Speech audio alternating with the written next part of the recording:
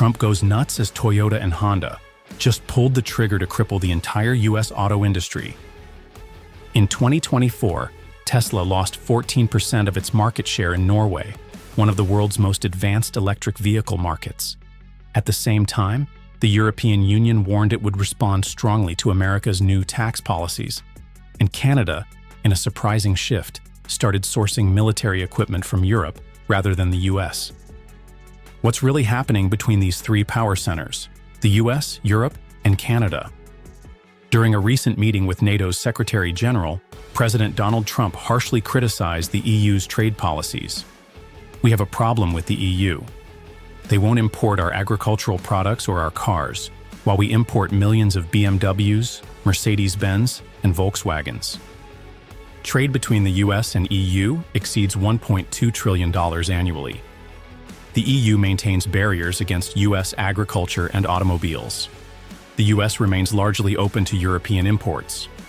Trump targets EU's favorable tax deals with Apple, labeling it a financial battle. Trump threatens additional tariffs, exacerbating tensions with major EU economies like Germany and France. Tesla, a symbol of American innovation, faces unprecedented criticism from European consumers and investors. In Denmark, the academic pension fund sold all Tesla shares due to union labor agreement refusals, poor governance, and Musk's controversial politics. Pension Denmark withdrew 400 million kroner after Tesla rejected labor agreements in Sweden, sparking widespread strikes. Service centers, transport hubs, and inspection points halted handling Tesla vehicles, severely disrupting Tesla's operations. Elon Musk's political remarks significantly harmed Tesla in Europe. Musk supported far-right parties such as Germany's AfD, UK's Reform Party, and controversial figures in Italy and Romania. Tesla's Norwegian market share dropped dramatically from 21.7% to 7.4% within 1 year. Positive opinions of Tesla fell from 19% to 11%. Negative opinions rose from 47% to 63%.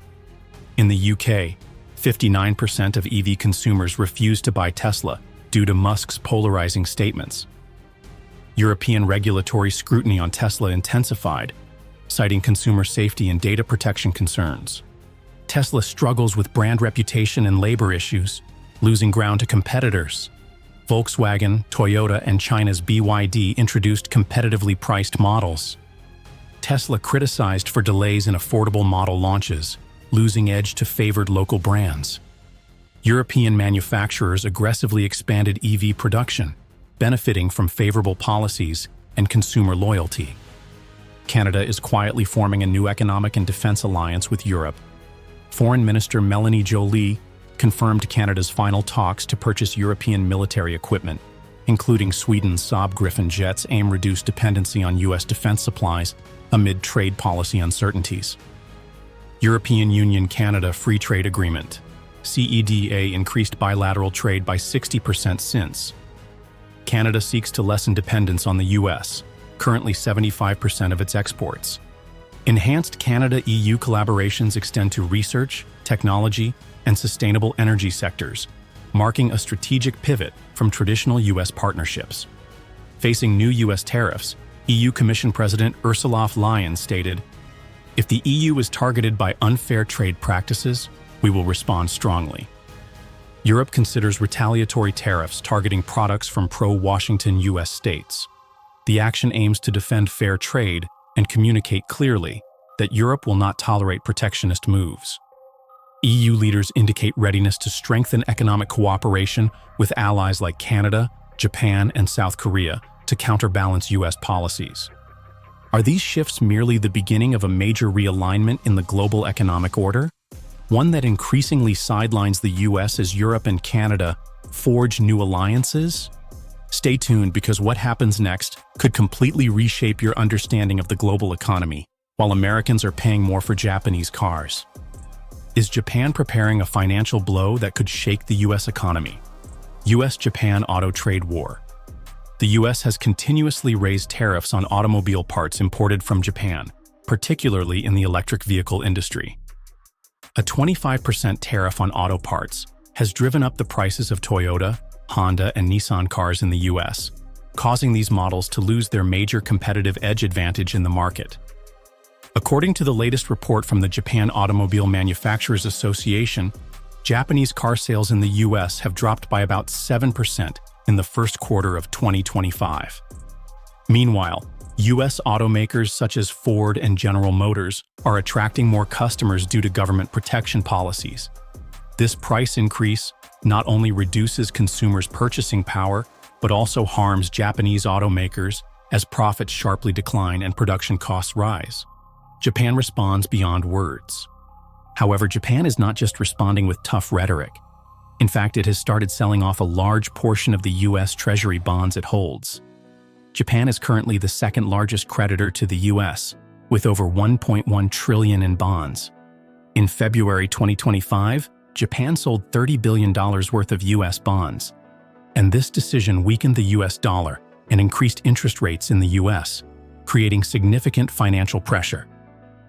This is a high-risk financial strategy, as Japan is using its financial influence to directly affect the US economy. Additionally, Japan is shifting its car production lines out of the US, with a significant portion of manufacturing moving to Mexico and Southeast Asia. This helps Japan minimize the impact of tariffs, while still being able to supply products to the US market without facing high tax rates. Japanese automakers like Toyota and Honda are heavily investing in manufacturing plants in Mexico and Southeast Asia, where labor costs are lower and unaffected by the protectionist tax policies from the US. This not only affects the US, but also makes international investors more cautious about purchasing US bonds, especially as Japan is reducing its investment in this market. Future strategies. If the US continues to make tougher decisions, Japan may escalate its retaliation measures. One possibility is to limit the export of core technologies, particularly solid-state batteries, which are leading the electric vehicle industry. Japan, with automakers like Toyota and Honda, is at the forefront of this technology. If the US imposes tariffs on Japanese electric vehicle technologies, Japan might halt the export of solid-state batteries, which would significantly hinder the development of electric vehicles in the US, especially at a time when the US is trying to boost electric vehicle production. Additionally, Japan could increase retaliatory tariffs on imported US goods, directly impacting consumer products, machinery, electronic components, and even food. Cooperation with the EU and market diversification while continuing to strengthen its cooperation with the US. Japan is actively expanding its trade relations with the European Union (EU). This will help Japan reduce its dependence on the US market while creating additional opportunities for its automotive industry to grow in other markets. The EU has signed trade agreements with Japan, helping to expand the market and mitigate the risks from the possibility of further US tariff hikes. At the same time, Japan is increasing electric vehicle production in these markets to maintain its competitive edge. The EU is not only an important market for Japanese cars, but also a strategic partner in providing new electric vehicle technologies, ensuring that Japan is not left behind in the global trend. Will Japan be able to force the US to change its tax policies, or will the US continue to take a hard stance, causing widespread financial impacts? Stay with us to find out more in the next video. Welcome back. President Trump is threatening to put a 200% tariff on wine, cognac, and other European alcohol imports, including 200% tariffs. Could those beloved bottles of wine and champagne from the EU become pawns in the biggest trade war happening right now between the US and the EU? Here's what he just posted. Quote, "The European Union has just put a nasty 50% tariff on whiskey. If this tariff is not removed immediately, the US will shortly place a 200% tariff on all wines, champagnes, and alcoholic products." President Donald Trump has issued a bold threat. If the EU does not change its tariff policies on US steel and aluminum, the US will impose tariffs as high as 200% on wine, champagne, and other alcoholic beverages from EU countries. This is not a hasty decision, but a strategy aimed at pressuring the EU to change the unfair tax policies the US claims they have in place. In reality, this is a hard blow to the EU's wine industry. In 2023, The EU exported about 13.1 billion USD worth of alcoholic beverages to the US, with French wine being the flagship product in that trade. A 200% tariff could cause the price of French and Italian wines to soar, leading to a decline in market share for EU wines in the US. This could severely impact major wine producers in Europe, as American consumers will face double the price for their favorite wines. The wine industry is unlikely to sit idly by.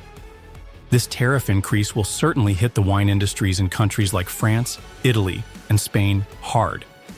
But this is not just a loss for Europe. If tariffs on EU wine rise, US consumers may turn to other options, including domestic wines, shrinking the market share of EU wine producers in the US. One day to the other, we will have to stop to send our wines to the United States. There is no way we can sell wines in the United States. We can reach this market if we are suffering a 200% tariff. After Trump's threat to impose 200% tariffs, the European Union responded firmly. Senior officials from the EU declared that Europe would not give up its wine industry and would protect these products against any threats from the US. The EU asserted that it would not concede in this confrontation and was ready to defend its national interests. The European Union strongly criticized President Trump's trade policies, arguing that the 200% tariff on wine and champagne would not only hurt the industry, but also damage the trade relationship between the US and the EU. French wine producers, especially premium brands like Champagne, will face great difficulties as high tariffs push up the cost of their products. France has spoken out to protect the interests of its wine industry and is ready to face any retaliatory measures from the US. However, this confrontation creates opportunities for US wine producers. If the EU does indeed impose 200% tariffs on imported wine, US winemakers could expand into the EU market, especially if the US reduces tariffs on domestic wine.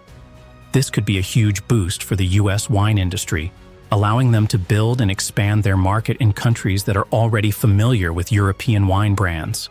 If the EU continues to maintain its tariff rates and refuses to yield, the wine industry in these countries will certainly face a significant decline in revenue in the US. At the same time, US wine producers will have the opportunity to expand their market share in EU countries if they reduce tariffs on domestic wine products, especially California or Texas wine brands. The trade war between the US and the EU is entering a phase of unprecedented tension.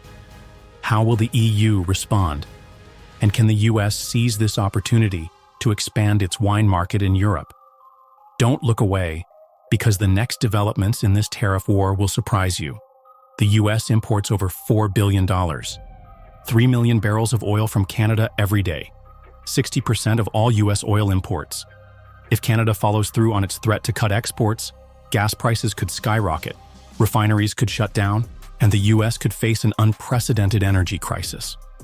For decades, the US and Canada have been deeply connected in energy trade. Over 90% of Canada's oil exports flow directly to the US, traveling through massive pipeline networks and shipping routes. And here's why it matters. US refineries, especially in the Midwest, are built to process Canadian heavy crude, not the lighter oils from other countries. This trade benefits both sides. Canada gets a stable market, while the US gets a reliable oil supply without relying on unstable regions like the Middle East. But now tensions are boiling over, and Canada is rethinking its commitment to supplying America with oil. Recently, trade disputes between the US and Canada have heated up. Canadian officials have suggested that if Washington doesn't change its tariffs and trade policies, they might cut oil exports. And here's the thing, this isn't the first time a major oil-producing nation has played this game. Russia and Saudi Arabia have both used oil to pressure other countries economically. But unlike those cases, the US and Canada are deeply interdependent. Cutting oil supplies would create massive consequences on both sides. If Canada follows through on its threat, the US would have a serious problem. Over 50% of US oil imports come from Canada. US refineries aren't designed to process oil from other regions. Switching would be expensive and time-consuming. Finding alternative oil sources would cost more and take years to implement. The result? a spike in gas prices, economic disruptions, and a potential supply chain crisis. If Canada actually follows through, the impact would be instant and severe. Gas prices would skyrocket. The U.S. relies on Canadian crude to keep gasoline prices stable. With a sudden drop in supply, prices at the pump could surge overnight. U.S. refineries would be stuck. Since most refineries are built for Canadian heavy crude, they can't simply switch to Middle Eastern or South American oil without costly adjustments. Higher import costs. Buying oil from more distant suppliers means higher transportation and insurance costs, adding even more pressure to prices. Supply chain shock. Industries that depend on oil, transportation, agriculture, manufacturing would all see rising costs impacting consumers nationwide. And here's the big problem. There is no quick fix. If Canada shuts off its oil supply, the U.S. would have limited options. Ramp up domestic oil production. The U.S. could increase oil drilling and fracking, but this takes time, and regulatory hurdles could slow things down. Turn to the Middle East. The U.S. could increase imports from Saudi Arabia or Iraq, but that comes with risks. Geopolitical instability and higher costs. Invest in alternative energy. While renewables are growing, they can't replace oil overnight. The U.S. still needs crude oil for transportation, manufacturing, and even electricity production in some areas. No matter what, the transition would be painful, and Americans would feel it at the gas pump and in their wallets. While the threat is real, Canada would also suffer. Over 90% of its oil exports go to the U.S. Cutting that off would cause massive financial losses.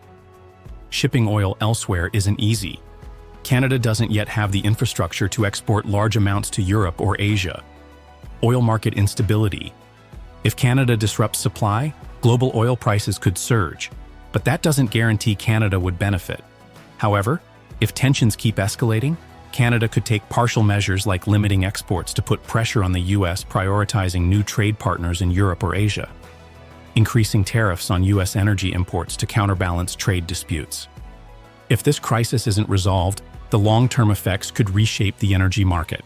The U.S. could shift toward full energy independence, meaning more oil production, but also higher costs and environmental concerns.